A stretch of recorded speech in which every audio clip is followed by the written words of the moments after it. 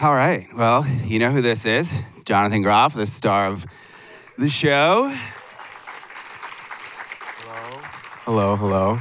I'm Bill Keith. I'm from Entertainment Weekly, and I'm also a huge fan of the show. So if any of you showed up tonight, and this is the first episode you're seeing, that was probably a weird experience. I hope that isn't the case. Was that anyone's experience? Front row. Okay. Oh, shit, really? Oh, my God, so many people. Was it weird? Do you have questions? Exactly.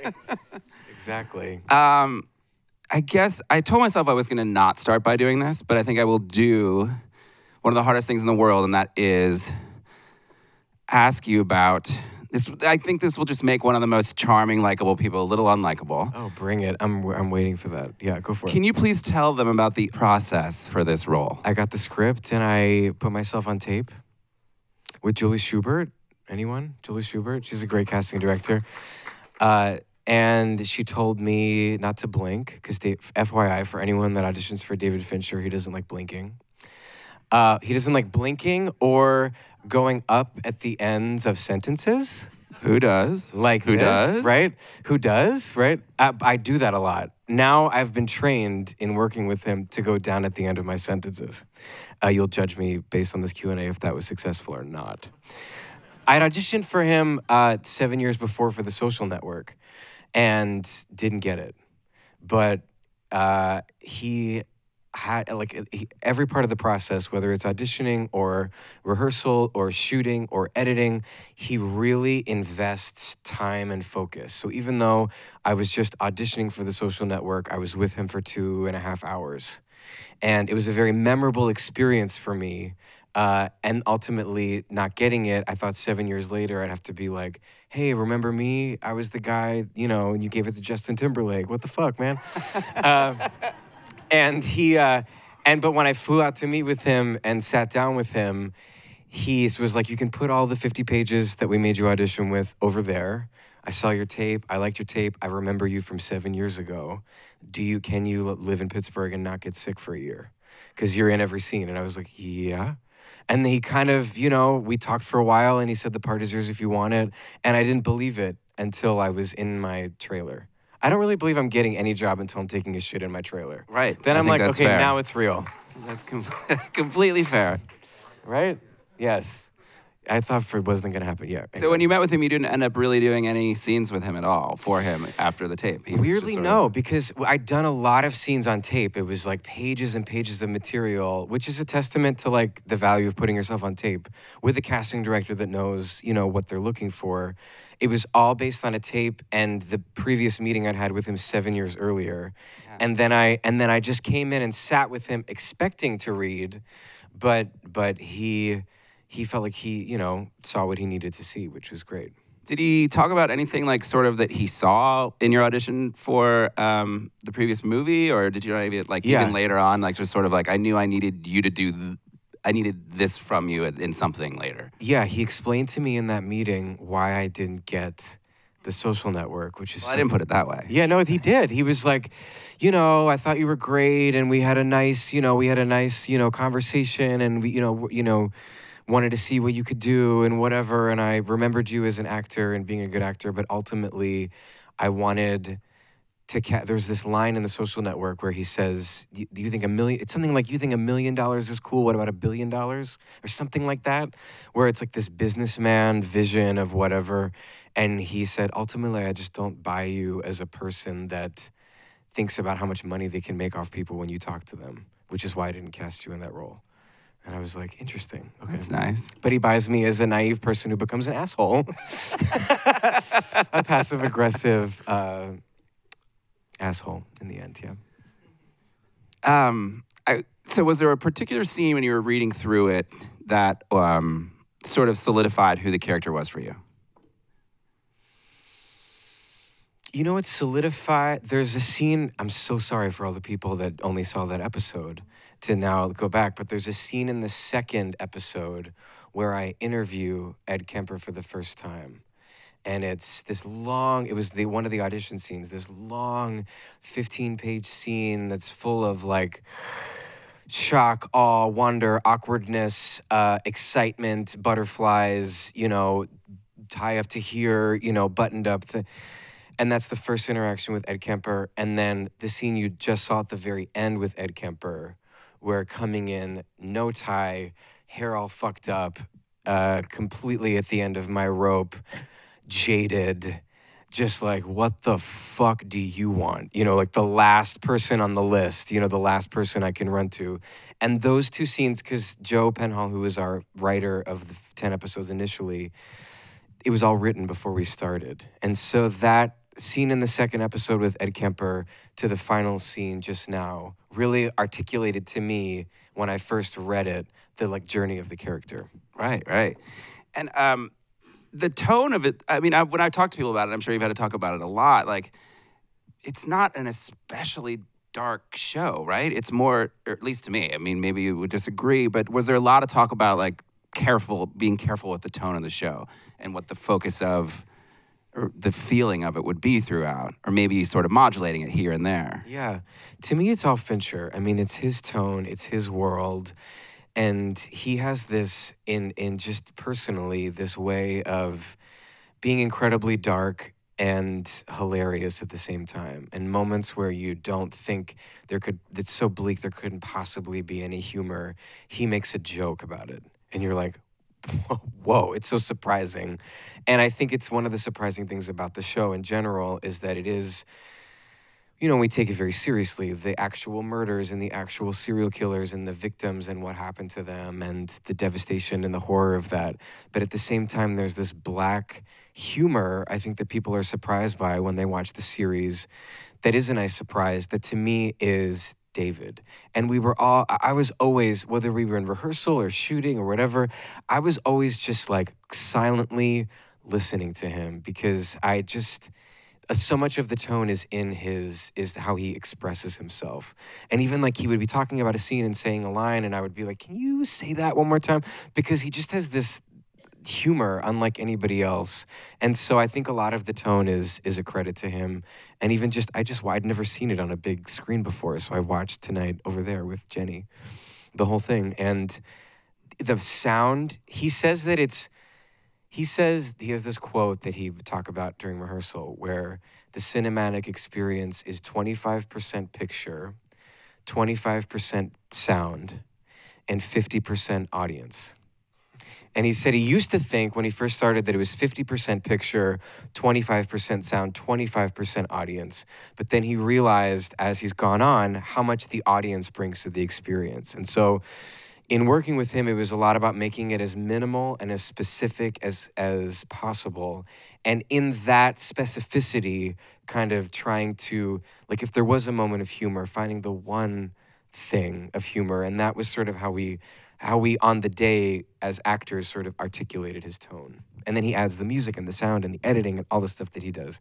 But that was sort of like, we just had to be very specific and clear about exactly what we were doing.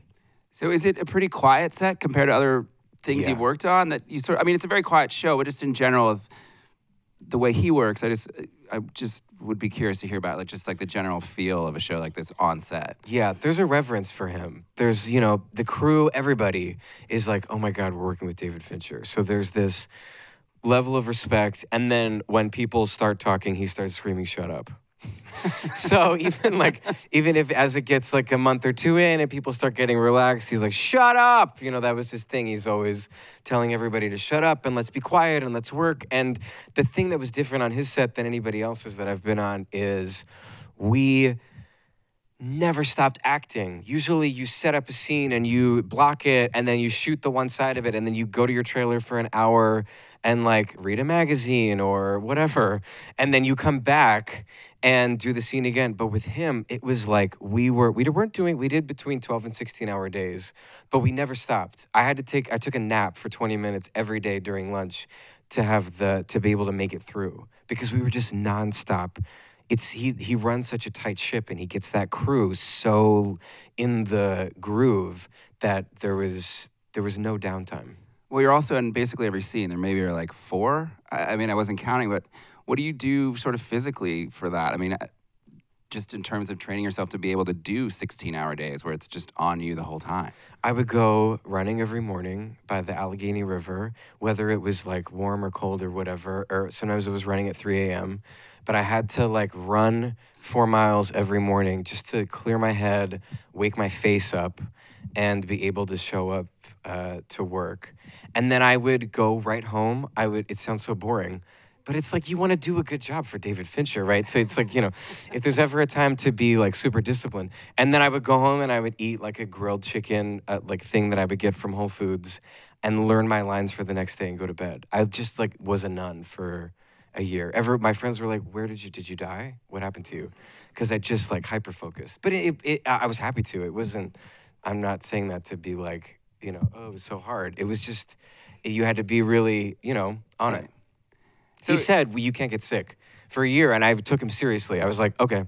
So I'm drinking like that, the mother, what is it called? The like stuff that you pour, it's like brown. What's the liquid? I drink kombucha every day at lunch. But what's the stuff you get at Whole Foods in the big bottle? Apple cider vinegar. Thank you. Yeah. I was doing that in hot water every morning. And I was just like, I'm not going to get sick. And then when the show was over, sick for like 3 weeks. Right. Yeah. You felt more pressure to not get sick than being on Broadway? Oh, that's different. That's different. Like, that more is about vocal health, and you do have an understudy ultimately on Broadway. So, like, when I was projectile vomiting for a weekend during Spring Awakening, my understudy got to go on. Although during Hamilton, the last week that I was there, I wasn't sick the whole time. Also, I was on stage for 9 minutes, so it was not, you know, right. I could, like, maybe do a shot of whiskey before I went on, and it was okay. I never did that. And the last week, though, that I was there, I got sick. But I didn't want to call out because it was my last week. But it was at a Wednesday matinee, and I was like, my voice was like this, and I was really sick, but I was just going to go on anyway. And my entrance applause was louder than the applause at the end of my song. Everyone was like, okay, that sounded weird. And that's when I like went to like the doctor where they give you like the cortisone shot to like, help you make it through. That was the only time I had to do that during the run, was the last week. So there is a pressure, to stay healthy on Broadway. But ultimately, if you twist your ankle or get sick, you have an understudy. Whereas on film, like they waste thousands of dollars, if you're not there. So I took it really seriously. And in terms of like mental health, did you sit down with like your fellow actors, your co-stars, and just sort of talk about the experience, what was happening, or did you just like go into your zone with your grilled chicken when you went home at night? PJ, my dresser, was the only other gay person on set, and he DJ'd a Beyonce night every 3 months at a lesbian bar in Lawrenceville. So that was a good release. Okay. And sometimes I would go dancing with him and his boyfriend. And we got along. As serious as the show is, we laughed a lot. My Achilles heel is that I laugh a lot, especially when it's serious and it's like also too on the show, because my character is so fastidious and Fincher is obsessed with perfect lines. My shirt, there's these amazing things for the dudes in the audience that I never heard about before, called hold-ups, that attach the bottom of your dress shirt to the top of your socks so that it pulls your shirt down and holds it so there's no wrinkles. And so it feels like some sort of Spring Awakening costume. Kind of. It was kind of. It was very Lederhosen-y. And so every day I would go into the trailer and I would drink the coffee and I would get into my thing, and my shirt was and so it was very, it was like putting on armor every day to go, to go into the show. And so there's something about that, and my character is very kind of repressed and serious, and the scenes are very serious. And so I would just uncontrollably start laughing. There's actually the scene in this episode where I was like, Bill, could it be that you're upset because you weren't mentioned in the article, right? That line, where I could not do that without laughing. And I had to check, and Anna Torv was pronouncing somebody's name wrong. Anyway, I had to they made me do laps around because I couldn't stop laughing. And there's a thing that happens where you start laughing and everybody thinks it's funny. Right. And then 2 minutes later, everybody starts thinking it's not funny. And that's when I really think it's funny. And so they like made me do laps, but that was over my release, I think. I would have like silly time moments. Well, I was going to ask you about your most difficult scene, not thinking for those reasons, but was there something else that maybe made a particular scene challenging? David's sort of famous for a lot of takes. I feel like anyone from the theater that works with him, we had a lot of amazing guest actors that would come in for a scene or sometimes an episode or sometimes an arc of a couple of episodes. And a lot of those people were New York actors and a lot of those people were theater actors and they loved it. I mean, if you're a theater actor and you get to work with David, it's like it's like theater. You do it over and over again and find nuances and it's really fun. Wasn't to me at all like, we're going to do this again. I love doing it over and over again. So that for me I kind of got off on that. It was like kind of what made me most excited to show up. But the last scene with Ed Kemper, I felt a lot of anticipatory pressure about that scene because it's like the climax of the show. And so I felt some anxiety before we shot that. Once we were there and we were working, it was cool. But I did like leading up to it think like, oh God, I hope this lands. Yeah, well, it does. I feel like maybe, I don't even know how much time you spent with the actor who plays Ed Kemper out of character because it would just be so jarring because he's such a specific character. He's so amazing. Even just now when I've watched it and I was in it, I did it, right? And there's a craft service and you're there and it's fine. But when he gets on the edge of the bed, right? And he's got the glasses and then he stands and then he's like, my spirit wife. And he has that voice. And you're like, he was so scary. In person and watching him. And he's also just in life. He was on like a Nickelodeon kids show. Right? Never again will he be on a kids show, I'm sure of that, after this role. But he was so unassuming as a person. But he's a phenomenal actor, obviously. And when he came in, even in like the rehearsals, we did rehearsals in LA for 3 weeks before we went to Pittsburgh to shoot. Off book, knowing everything about Ed Kemper. And we were just sort of sitting around the table with your coffee, and we're like, let's read through the scenes, whatever. And he would just like close his script and sit there and just sort of sit back. And it was like, this bitch is throwing it down. And it just like raised all of our games, and we, it was so inspiring to be around someone that just like shows up, and he was like that. And he had seen all the interviews and he knew how Ed spoke and he had genuine compassion for Ed and just like, it was really interesting. Well, speaking of that, just working on the project, has it sort of shifted your mindset or I don't want to say appreciation, but just sort of, we'll get to some audience questions, but several of them just sort of asked you if it's changed the way you interact with people. Are you thinking about their motivations a lot more?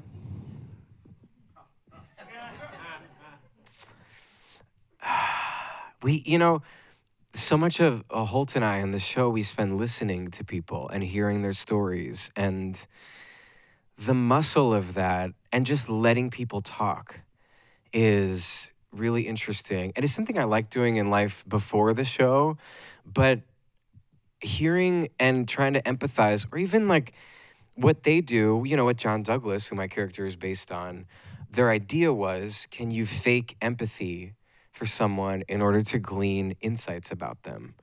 And that idea is really interesting to me, whether it's like someone whose political ideas are different or whatever, but just kind of like faking engagement and just sort of nodding and encouraging someone to show you who they are is really interesting. And I have thought about that more in my everyday life. Yeah, I'm sure. And just waiting for people to say something that might incriminate them. Yeah, because sometimes when you leave space for somebody to talk, which this, obviously as an interviewer, it's like you spend your life interviewing narcissists, right? Or a lot of it. When you give someone space to talk, it's really fucking interesting what comes out of their mouth. It's like, how much dead space can you allow? Yeah. And just when you think it's going to be boring, someone says something insane. right? It's like, I think Billy on the Street, too. It's like all these people in New York that he discovers where you think, wow, these people are walking around, but we don't engage with them or talk to them or want to like hear what they have to say. But it's an interesting concept. Yeah. Well, speaking of hearing what people have to say, we have several audience questions. Good segue. Thank you. I am a professional. This one comes from, this is coming from two people who claim to be your biggest fans. I feel like there are several people who claim that title. This is Lisa and Jen. And they say, in researching the role, did you meet with any actual serial killers? Not that I know of. No. It's interesting because when I read the book, Mindhunter, I found it really hard to read because of the reality. It's real, real people. And I kept having to put it down. A serial killer, it's not something beforehand that I was like salivating over. Like a lot of people really do. There's podcasts and books and movies. It was not a thing I was into. And I had a really hard time making it through the book just because I found it so upsetting. Yeah. And have you talked to John Douglas himself? Yeah, we email. Holt and I are on like an email chain with him, which is so fun, where we like email and ask him questions, and he's so ready to offer up knowledge. And he even really breaks it down in the book and talks about how it physically and emotionally destroyed him, and he had a breakdown. That's sort of what the end of the season is based on, is his breakdown. But once I made it through the book and we started getting into the scenes, I sort of like just put the reality out of my mind and thought of it as characters and story. Because when you think about the reality too much, it's just like too intense. Right. So I just saw it as like, we're playing a scene, we're telling a story, and it's true, we're actors dressed as FBI agents. So to be like, it was so hard to live in that dark space, it feels almost disrespectful to John Douglas, who actually did live in that dark space. Ultimately, we're just playing scenes, and that's sort of how I was, I think, able to approach it and not spiral out of control. Yeah. I mean, did you go into it, were you talking to just friends or professional advisors who were kind of giving you advice on how to make sure you didn't go into that dark space, or was that like a concern Well, at all? David did say at one point, because we show, I think it's called the Toolbox Murders, where it's in one of the earlier episodes. It's like maybe the 8th or 9th, where Greg Smith, the like Bob's Big Boy guy who kind of looks like the guy from Bob's Big Boy, who's like the guy we hire to work with us, he is listening to these tapes and is like, oh, and he takes them off. And I'm like, do you still want to work here? Right, I'm trying to like fuck with him. And there are these toolbox murders. And David was talking about working on Zodiac and how they would meet with the real police and the real cops, and they'd be like, wait till you hear this, and play it for you, of real people being tortured or whatever. And we were in rehearsal, and he said, I learned from that, like, I don't want you guys to listen to that because you can't unhear that, and it's so real, and we're creating something, and you don't need to hear that because it's something that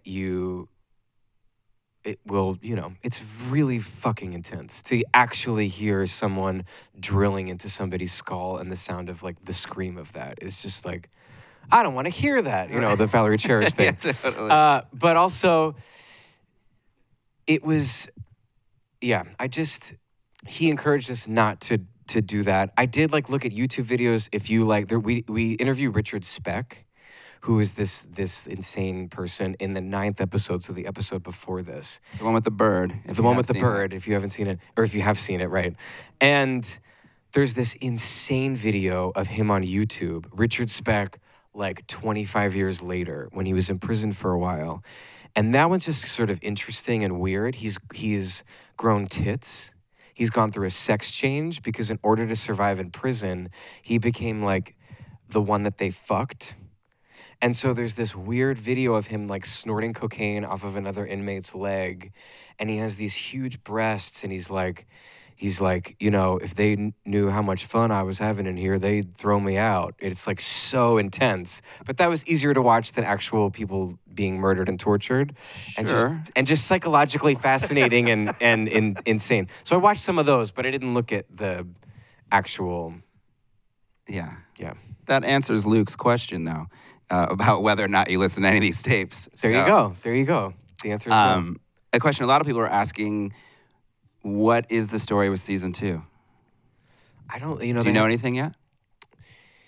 They haven't officially announced season 2, but there's ideas in the works. Okay, good. Yeah. Are you aware of the potential of where this is going? Has anyone talked to you about like a larger map or anything? Well, when we first... Is David Fincher going to kill me for asking that? No, not at all. No. When we first auditioned, Joe Penhall, who was the initial writer, created a Bible of like what it would look like over multiple seasons. The first season changed so much from the course of rehearsal to wrap date that I'm sure the ripple effect of how that would affect things in the future. It was just sort of like a general map of like, maybe this would happen. You know, this is like sort of where we're thinking of heading.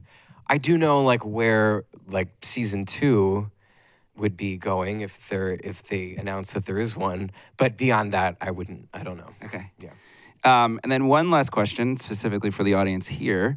I guess I would ask you, it could be David Fincher, it could be anybody else. What do you think is the most valuable piece of advice you were given as an actor? From him? You could be from him or it could be from anybody else. Well, he changed everything. I mean, for everyone. He always gives people an opportunity. So every person in the cast of this show, every person on the crew of our show, this is the amazing thing about him. And he would like roll his eyes so deeply right now if he could hear me talking, because he just it's not like that. But like the DP of our show was the gaffer on Gone Girl, and he like bumped him up to DP. And like his friend Andrew, who he knew from commercials, directed episodes 7 and 8. And like for me as an actor, like I've never done anything like this. You know, he's giving me a huge opportunity in this role. Or like Holt, for example, who plays Bill Tench, has been, you know, always working with David, and this is the first like huge part that he's given. He's just like he's really interested in giving people opportunities that they wouldn't have otherwise had, from the casting to the writing to like the crew. So that first of all is interesting to me. And then the 25-25-50 is a huge lesson of keeping your cards close, not giving up everything, not wanting to emote and whatever. And then when he's talked about acting, I mean, he's just like I just want to sit and listen to him talk because he's so smart. But the thing that's coming to my brain right now is that he talks about acting as it's an act of generosity. And he really believes it. He really believes it when he talks about it. How we kind of give something.